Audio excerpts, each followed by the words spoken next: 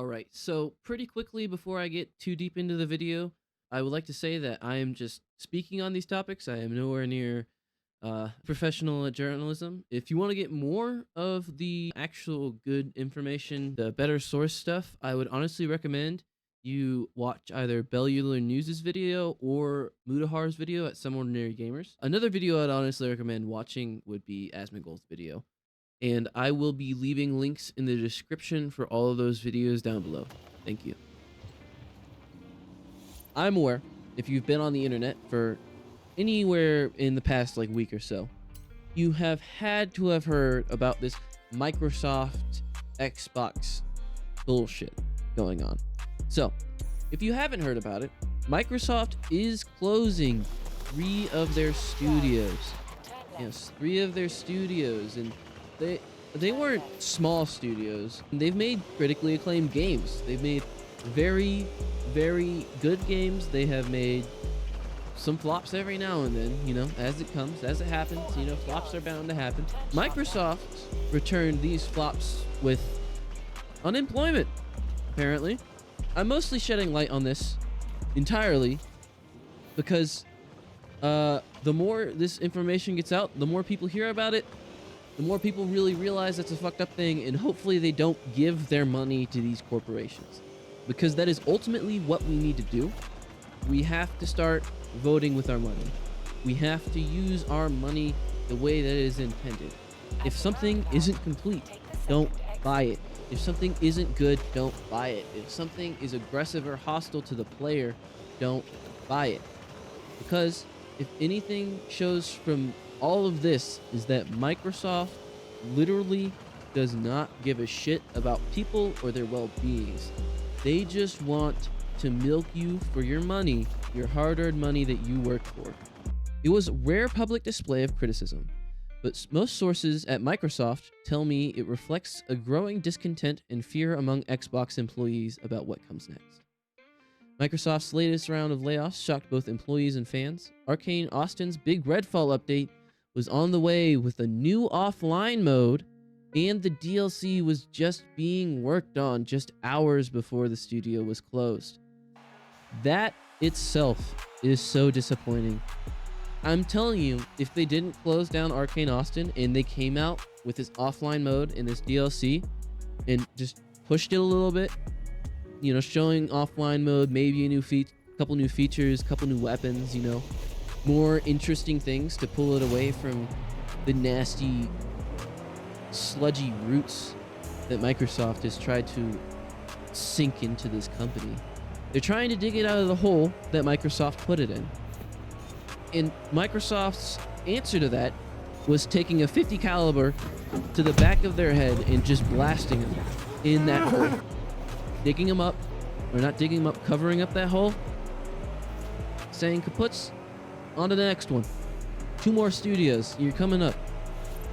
Oh my lord, it's just bro. It's so fucked.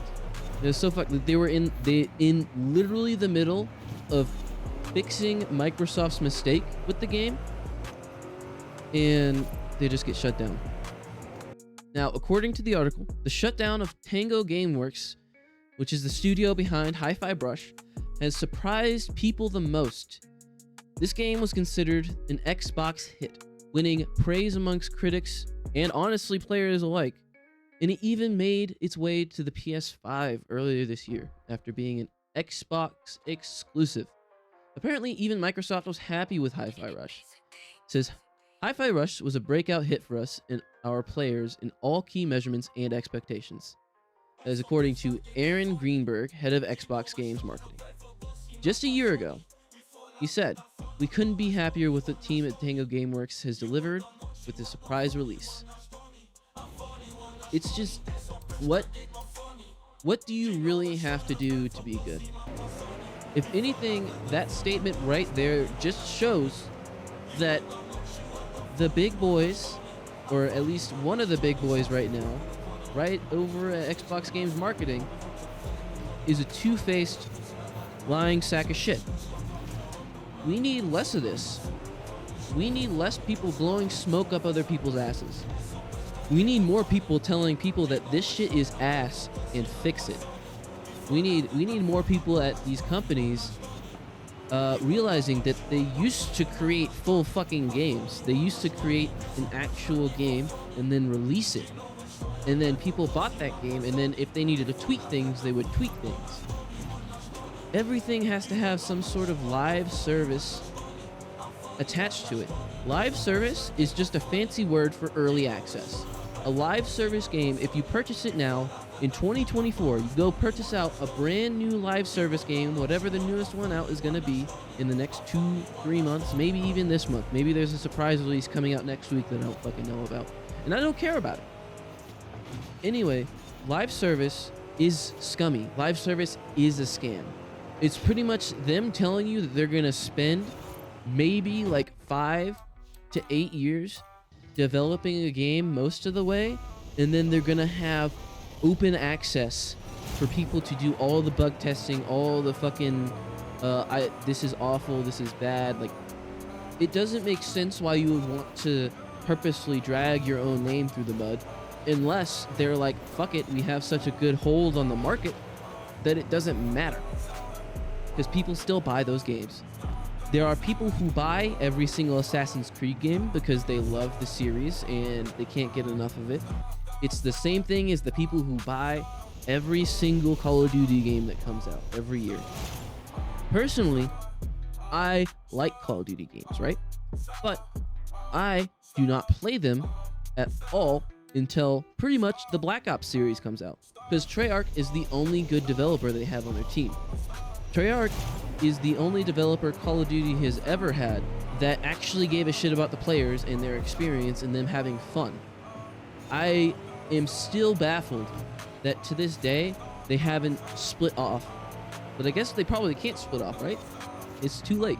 But I mean, if you're part of the fucking hundred of millions, billion now dollar fucking Call of Duty industry that's able to shit out the same thing every fucking 6 months, Lord knows if they actually do that fucking 2-year cycle they were talking about. I think they stopped doing that because every time they have an issue with their development cycle, or anytime they have an issue with the life cycle of the game, you know who they call back? Those motherfuckers at Treyarch. Those motherfuckers at Treyarch know what the gamers want, and they're probably the only developers in the AAA gaming industry that actually would give a shit. Anyways, according to Greenberg and Phil Spencer, they both visited Tango Gameworks in September, playing games with the team and posing for group photos. Now, the studio is the latest victim of layoffs and have rocked the game industry for the past 18 months. Phil Spencer and the director of marketing came there, had a blast, pretty much took photos with them, said that, you know, wow, everything's so good, guys. You guys are so great. Everything's going up, and you guys should work on your next game. You guys should start conceptualizing your future and planning on this and that. I'm pretty sure they started talking about all of that at some point, right? Just a few days ago, like a week or so ago.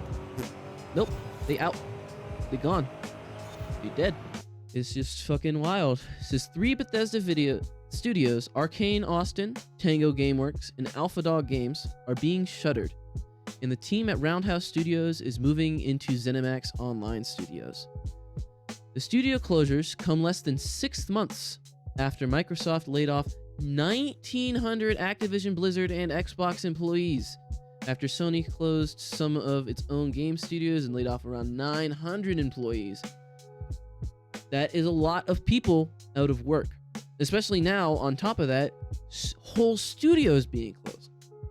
The depressing list of layoffs at game studios continues to grow on a weekly basis, with GTA 6 and BioShock publisher Take-Two laying off hundreds of employees last month and cutting projects. Let's think realistically nowadays. I think them cutting projects and them stopping development of some of these games is probably for the best. Because I'm pretty sure whatever the idea was early on was something that was probably way better than what it would turn out in the end. At some point, the corporate monsters over there will fucking get their nasty little tendrils all over the game, cover it in smut and smudge of microtransactions and skins that cost the price of indie games and actual good games. Waste your money on us. Waste your money on us.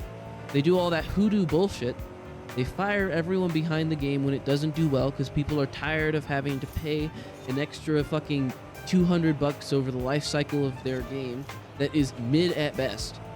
While Microsoft is looking toward more PC-like future for its Xbox consoles, the company continues to battle a showdown in Game Pass subscribers, lackluster Xbox sales, and game launch delays. So, let's break this down. I don't care, man! I don't care anymore!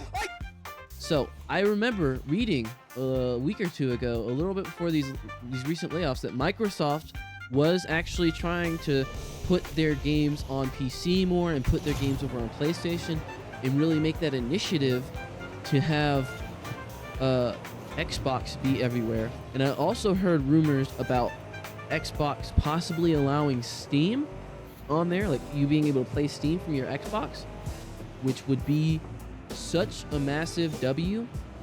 But with these layoffs, it's just like, what would be the point of doing that if all of your developers would probably be shaking in their boots wondering if they're going to be fired or not? Let's talk about Game Pass. Game Pass only has maybe like 10 to 12 total titles that are like actual good titles that would keep players interested and drawn back, right? Of course, you have like those other people who are like want to play the Anno games or want to play Frostpunk, or like there are those people who like want to play like a bunch of like little weird games, or, like little small cozy games, and that's fine and all, but that's mostly what there is on the Game Pass, is like little cozy games that you've probably played already, or just these god awful new releases. It just makes no sense on what they're doing. I think Game Pass in itself was cool at the beginning, but now, I mean, like, I ended up just playing it for Forza, and then I realized I was paying Xbox Game Pass for 5 months just to play Forza Horizon 5. I could have pretty much just saved that money, got Forza Horizon 5 on sale on Steam, and probably have gotten all the DLC I wanted, instead of just, like, giving them my money, giving them $120 a year for what? For what? You know what I'm talking about? And that's not with tax. The industry, the gaming industry, is just so harsh. It's just so harsh. And, you know, they wouldn't need to try to force Game Pass down your throat thinking it's a good deal when it's really not. Like, obviously you don't own anything, but with Game Pass, you literally don't own anything. You know what I mean? Like, you literally don't own anything on Game Pass. You can play them for as long as you have your Game Pass subscription, but the second that subscription is up, that's it. You know?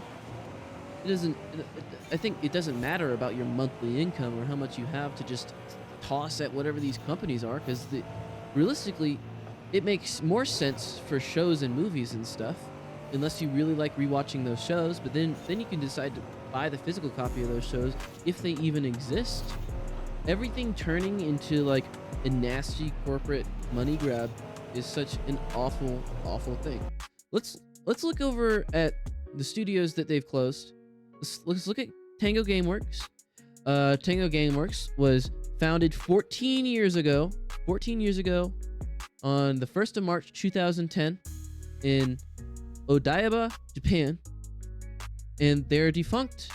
They're dead as of 3 days ago, the 7th of May 2024. Shut down by Microsoft Gaming. This is a game studio that somebody made, that somebody poured their fucking life into to make. Then they sold it to Microsoft Xbox, assuming that they would have security. But less than a year later, they're dead. Let's see what games they've developed over the past few years. Now, I'm pretty sure everybody knows The Evil Within. Personally, I watched Markiplier play the fuck out of this game and The Evil Within 2. Those are absolute bangers. I stopped watching people play video games after 2017, really. Ghostwire Tokyo, I watched my buddy play that. I played a little bit of it on hand. That was a really good game. All of these games so far, these 3 games, absolute fucking bangers, bro. Hero Dice, I don't give a fuck about Android games. Android games are for fucking 12-year-olds and idiots who are probably going to spend all of their money on Call of Duty skins anyway. Let's get them out of here. Not all of them. I'm joking. Some of them are cool. Like, I like to play Minecraft on my phone. Not really a phone gamer like that. Hi-Fi Rush is one of their widest audience-reaching games. This game, I mean, I don't know if I still talked about it before, but it is such a good game. Look over at Hi-Fi Rush. Let's read the gameplay a little bit. It says, Hi-Fi Rush is a rhythm action game where the protagonist, Chai, his enemies, and parts of the environment move to the beat.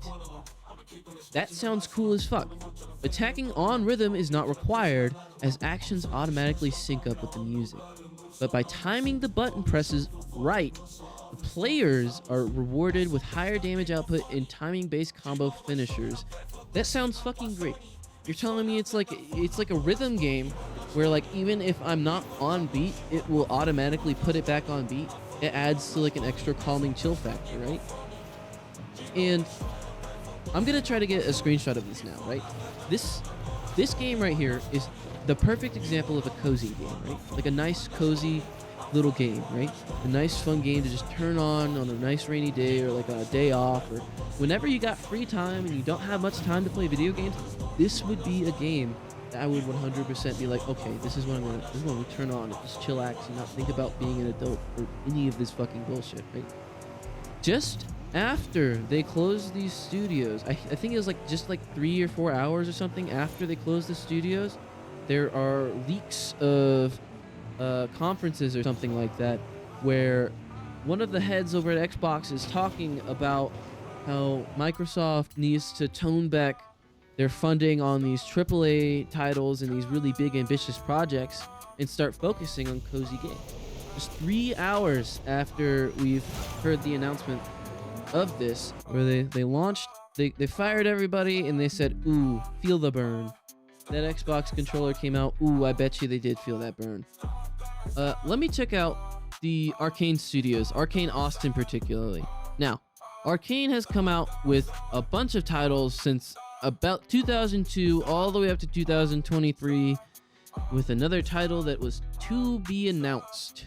Most notably, Arcane Austin was hired to help the development of Prey, Dishonored 2, and Dishonored Death of the Outsider.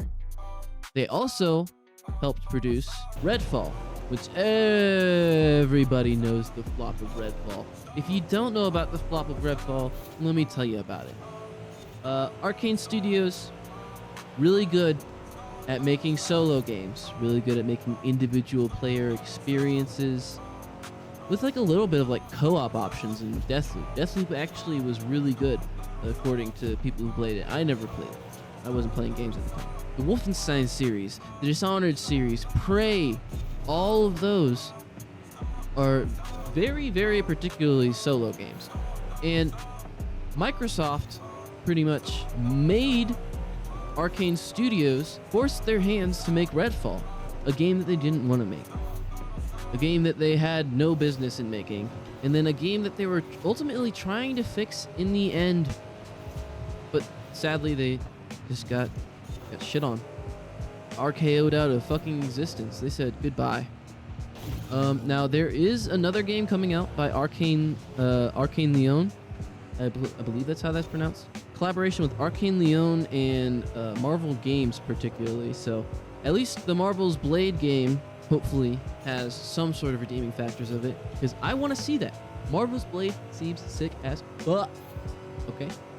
But regardless of this, let's move on to Alpha Dog Games. Now, Alpha Dog Games, I am not particularly I don't care. It really sucks that they got shut down. I mean, this company was founded in 2012, 12 years ago. Yet again, they were discontinued at the same time that Arcane and our other buddies were.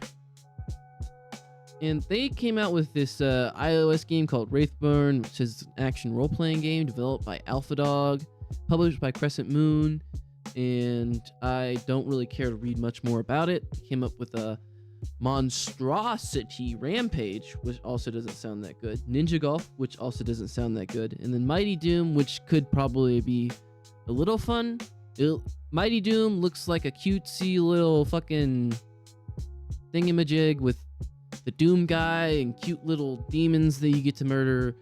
It still is just upsetting how the current market is being treated for games. It's so, I don't even know how to describe the current game market. The current game market shouldn't be what it is.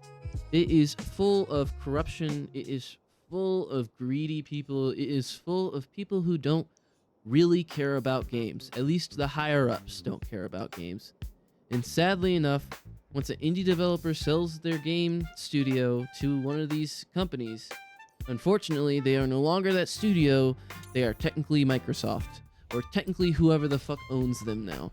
So whatever humanness was behind that game studio, whatever actual feeling and heart was there, can only exist as long as it's bringing in money, which is forcing these companies who are really good at making solo experiences to make all of these dumb money grab, drown your wallet, drown your life in bullshit. It is so upsetting. Let's not talk about that right now. Let's go to what EA is trying to do right now. This is another article from The Verge. This is written by Mr. Sean Hollister, a senior editor who has spent 15 years editing other sorts of articles. This article has a very alarming title. It says EA is prototyping in-game ads even as we speak. This sounds awful. In-game ads sound fucking awful. It just sounds like a way that EA needs to supplement the money that they lost from their poor decisions by pretty much stealing money from you via your attention.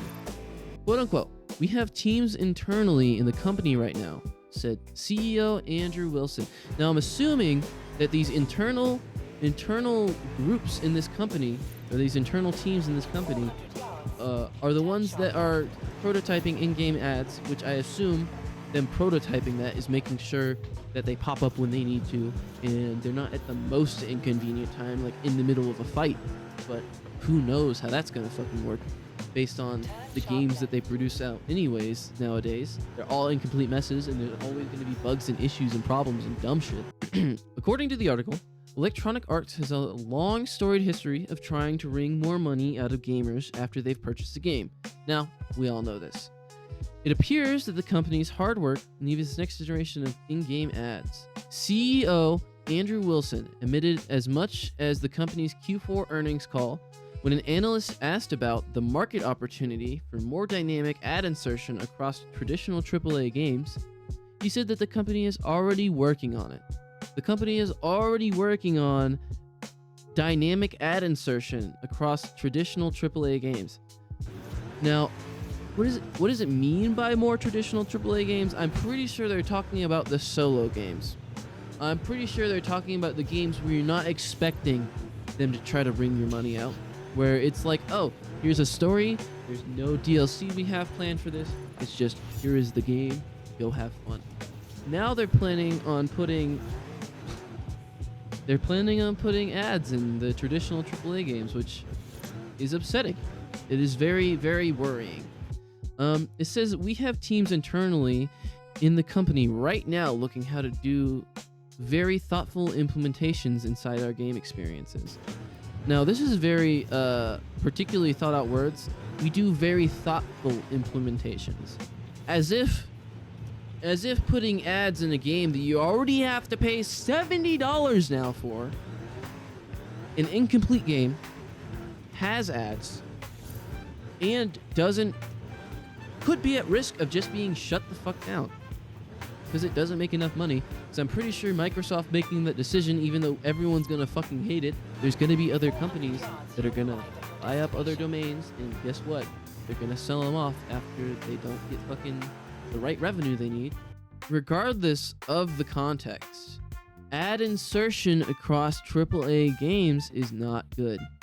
And I'm pretty sure even if it is just cross solo games, it's not good. If it's AAA mobile games, okay, whatever. People who play mobile games, mostly brain rotten, like I said before, okay? It's just entirely baffling.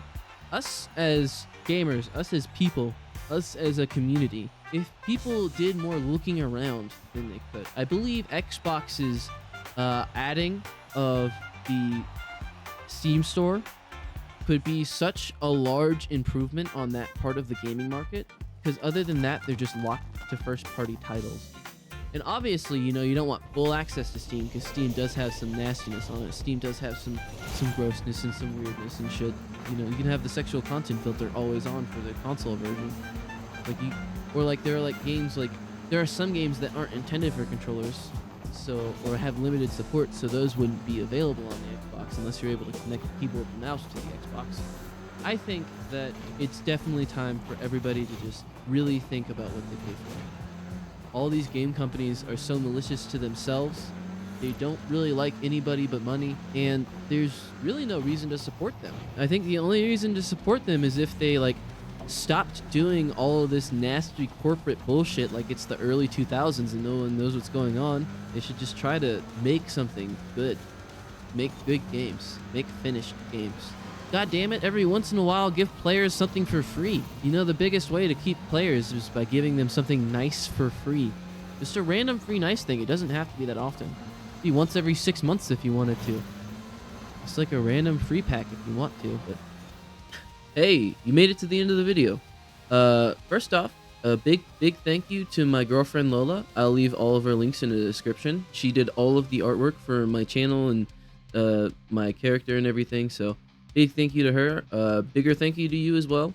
Thank you for watching. Thank you for hopefully liking and everything. I will see you in the next one, honestly.